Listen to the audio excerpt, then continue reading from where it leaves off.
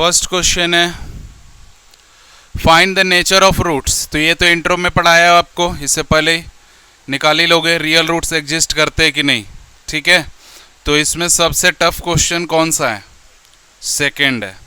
ठीक है, तो नेचर ऑफ रूट्स बता रहे हैं, आपने कॉन्सेप्ट पढ़ाई है कैसे पता करते हैं, तो सबसे टफ वाला क्वेश्चन हम आपको करा देते हैं। ठीक है, अब देखो यहाँ पे, तो यहाँ से a कितना है 3, b कितना है -4√3 और c कितना है 4। ये समझ आ गया। अब d निकालो, b² -4ac करोगे, b कितना अपने पास -4√3 का स्क्वायर कर दो। ठीक है, -4 × 3 × 4, ये कितना आएगा 16 3 48, 48, ये 0 आ गया। तो क्या पूछा था? नेचर ऑफ रूट्स, तो d आ गया 0, hence roots are real and equal. चलो खत्म। बाकी अब बना लोगे फर्स्ट और थर्ड, अब इजी है, बना लोगे, ऐसे ही बनेगा। आते क्वेश्चन नंबर 2 पे। क्वेश्चन नंबर 2 पे आते हैं। Find the value of k, k की वैल्यू निकालनी है। ठीक है, 2 का फर्स्ट बना लेते हैं। 2 इक्वल रूट्स, यानी कि जो इक्वेशन है इसके 2 इक्वल रूट्स है। इक्वल रूट्स कब होते हैं? जब d की वैल्यू 0 के इक्वल हो। तो पहला इक्वेशन है 2x² + kx + 3 = 0 है। तो देखिए ये इसमें क्या करना है आपको, a कितना है 2, b कितना है k और c कितना है 3। तो यहाँ से d दिया हुआ है 0। क्यों? क्योंकि दिया है ना कि रूट्स इक्वल हैं। तो इक्वल कब होते हैं? जब d क्या हो जाए? 0 हो जाए। तो d का वैल्यू यहाँ से निकालो। d का वैल्यू क्या होता है? b² - 4ac, ये 0 हो जाएगा। तो इसका मतलब है b का स्क्वायर कितना है आपके पास? k का स्क्वायर -4 × a × c बराबर 0 आया। क्या किया मैंने? क्योंकि लिखा हुआ है कि रूट्स इक्वल हैं। इक्वल रूट्स कब होता है? जब d 0 होता है। तो d का वैल्यू होता है b² - 4ac, तो ये रख दिया बराबर 0। b की जगह पे k रखा, k² - 4 × 2 × c, ये।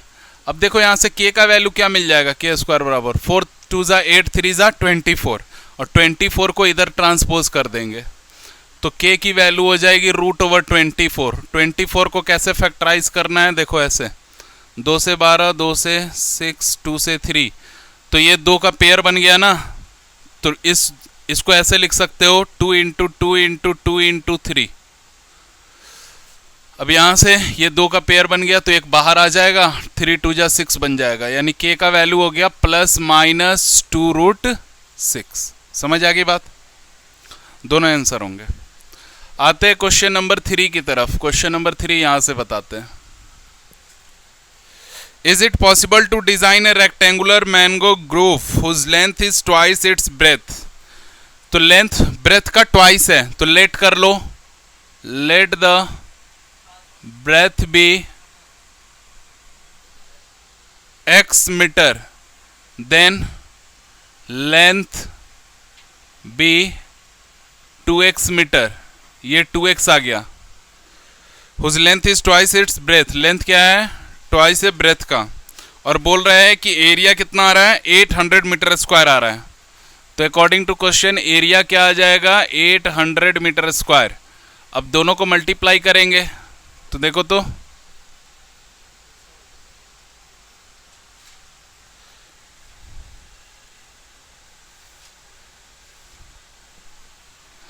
ठीक है, तो x × 2x बराबर 800 आया। ये कितना हो जाएगा? 2x² बराबर 800 आया। ये कट गया 400 बार में, तो x की वैल्यू आ जाएगी √400, यानी x की वैल्यू आ जाएगी 20। -20 क्यों नहीं ले रहे हैं? क्योंकि माइनस में ब्रेथ नहीं होता। ठीक है, इसलिए x की वैल्यू 20 सपोज कर रहे हैं। तो यहाँ लिख देंगे देयरफॉर ब्रेथ हो जाएगी, ये हो जाएगी 20 मीटर, और लेंथ हो जाएगी 20 × 2 यानी 40 मीटर। तो यही आपका आंसर है। क्वेश्चन नंबर 4 की तरफ बढ़ा जाए। अभी के अभी ख़त्म करके देता हूँ। Is it following situation possible, if so determine their present age. बोल रहा है कि the sum of the ages of two friend 20 years है और 4 साल बाद उनके एजेस का प्रोडक्ट जो है वो 48 हो जाता है। तो सम दोनों का कितना दिया है 20, तो लेट कर लो ages of present ages of to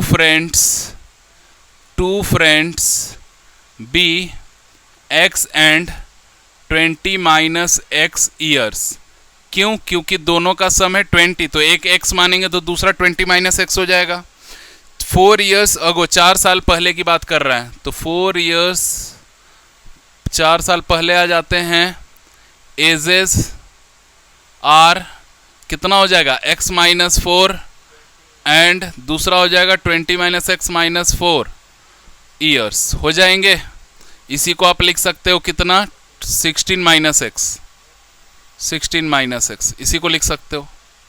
इसी को कितना लिख सकते हो 16 माइनस x भी लिख सकते हो ना दोनों। चलो अब देखो, तो प्रोडक्ट ऑफ देयर एजेस 48 आ रहा है according to question. Product of their ages यानी 16 minus x into x minus 4 कितना आ रहा है, ये 48 आ रहा है। मल्टीप्लाई करते हैं तो 16x minus x square minus 64 minus 4x बराबर 48 आ रहा है।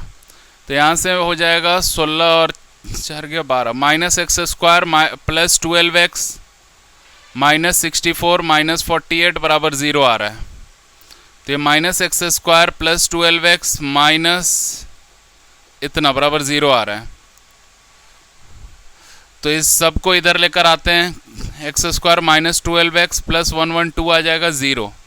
अब यहाँ पे फैक्टराइज कर लोगे, यहाँ से ABCD सब मिल ही जाएगा आपको, ठीक है।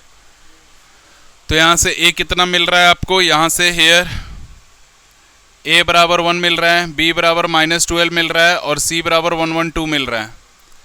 अब D निकाल लोगे तो D बराबर क्या होता है बी स्क्वायर माइनस 4AC। अब ध्यान से देखना, यहीं से लॉजिक पता चल जाएगा। B का मतलब है माइनस 12 का स्क्वायर माइनस 4 इंटू 1 इंटू 112, ये 144 माइनस, देखो ये नेगेटिव आया। अभी वहाँ कहाँ लगा रहे हैं, वो सही है। एक मिनट, 4 साल पहले का बात कर रहा था ना, 4 इयर्स अगो,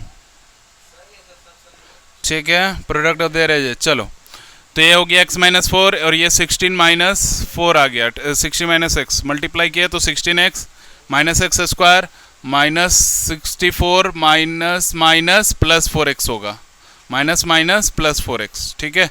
तो 16 और 4 कितने हो गए 20, यहाँ 20x हो जाएगा।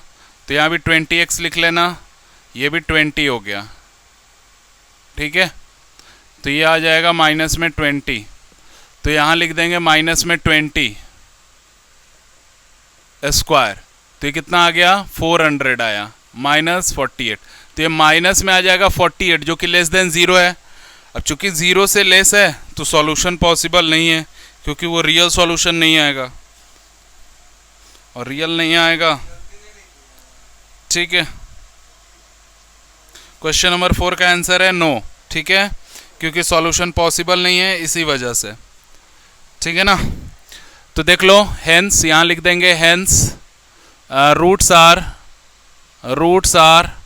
Not real, roots are not real, ठीक है। Therefore no solution is possible, no solution is possible. हालांकि ये पॉसिबल है, लेकिन उसको हम कॉम्प्लेक्स नंबर में पढ़ाएंगे क्लास 11th में, अभी नहीं। तो एक लास्ट क्वेश्चन बचा है, क्वेश्चन नंबर 5, ठीक है। तो क्वेश्चन नंबर 5 उधर लिखते हैं और इसको फिनिश्ड करते हैं। पहले आप लिखोगे, हो गया सब, ठीक है। क्वेश्चन नंबर 5 देखो, नो आंसर है, ठीक है। हाँ नो एकदम आएगा, क्योंकि अगर जहां डी लेस देन 0 हुआ answer will be no. Next and the last question है, रुको समझाने दो, बात मत करो। यहाँ 5th है, it is possible to design a rectangular park of perimeter 80 metre. Perimeter है रेक्टेंगुलर पार्क का 80 मीटर, तो यहाँ लिख दे रहे पेरीमीटर हो गया 80 मीटर, उसके बाद एरिया दिया हुआ है 400 मीटर स्क्वायर। सो लेंथ और ब्रेथ निकालना है, ठीक है, लेंथ और ब्रेथ निकालना है रेक्टेंगल का। पेरीमीटर दिया हुआ है ना, तो पेरीमीटर का फॉर्मूला आपने पढ़ा होगा, यहाँ से 2 इंटू एल प्लस बी आता है 80। यहाँ से ये 2 से ये डिवाइड होगा 40 टाइम्स में, तो एल प्लस बी की वैल्यू आ गई 40। अब ध्यान दो, यहीं से हम सपोज कर सकते हैं, लेट कर लेंगे length B X metre, then breadth हो जाएगा आपका, ब्रेथ हो जाएगा 40 माइनस एक्स, क्योंकि लेंथ और ब्रेथ का सम कितना आ रहा है 40 आ रहा है, समझ आया ना। तो लेंथ एक्स है तो ब्रेथ कितना होगा 40 माइनस एक्स, तो एरिया कितना हो जाएगा। अब देखो लेंथ और ब्रेथ मिल गया, कैसे निकाला लेंथ ब्रेथ, पेरीमीटर 80 दिया था, पेरीमीटर का फॉर्मूला होता है 2 इंटू एल प्लस बी, 2 से ये 80 कट गया 40 टाइम्स में, तो एल प्लस बी 40 आ गया। तो अगर हमने लेंथ x मान लिया, ये x मान लिया, तो ब्रेथ कैसे निकल जाएगा, 40 में से ये x इधर जाकर माइनस होगा, तो 40 माइनस एक्स आएगा ना, तो ब्रेथ मेरा 40 माइनस एक्स आ गया। अब देखो अकॉर्डिंग टू क्वेश्चन एरिया कितना दिया हुआ है, यही एरिया दिया हुआ है एल इंटू बी, लेंथ कितना अपने पास, लेंथ अपने पास है x और ब्रेथ है 40 माइनस एक्स, इन दोनों की वैल्यू 400 आ गई। हाँ, अब यहाँ पे मल्टीप्लाई करोगे तो ये 40x माइनस एक्स स्क्वायर, और इसको इधर नहीं, इधर ही रहने दो, जिधर x नेगेटिव रहता है ना उसके अपोजिट साइड जाते हैं, x इधर है तो सबको इधर भेजो, नेगेटिव है ना x, इसी वजह से, तो यहाँ 0 आ गया, तो यहाँ एक्स स्क्वायर लिख देंगे माइनस 40, ये माइनस में था तो प्लस में, ये प्लस में है तो माइनस में, और ये इसको इधर ही रहने दीजिए। तो यानी ये मेरा इक्वेशन है। तो a का वैल्यू यहाँ 1 दिख रहा है, b का वैल्यू आपको क्या दिख रहा है, x का कोफिशिएंट माइनस 40, और c कितना दिख रहा है 400।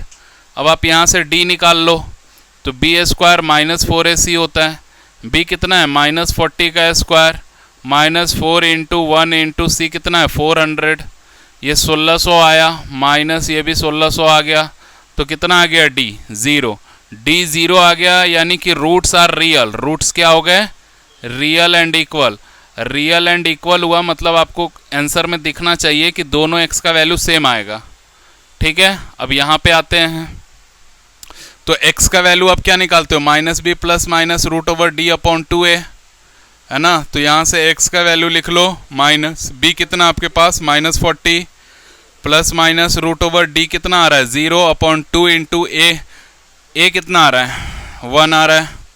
तो यहाँ से x का दोनों वैल्यू सेम आएगा, कितना आ रहा है जी 40/2 आ रहा है, ठीक है, और ये भी आएगा 40/2 ही आएगा, तो दोनों का आंसर आएगा 20/20।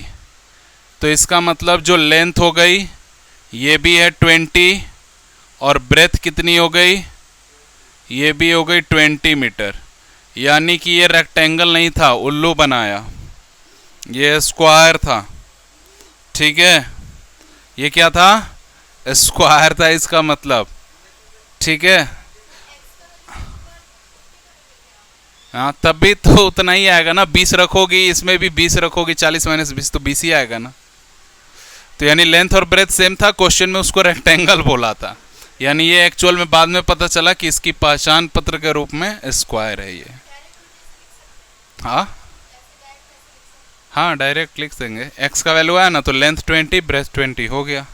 अब थोड़ा देख लेते हैं, हालांकि एनसीईआरटी मेरे खिलाफ तो जाएगा नहीं। हाँ यस 2020 है, ठीक है, हो गया।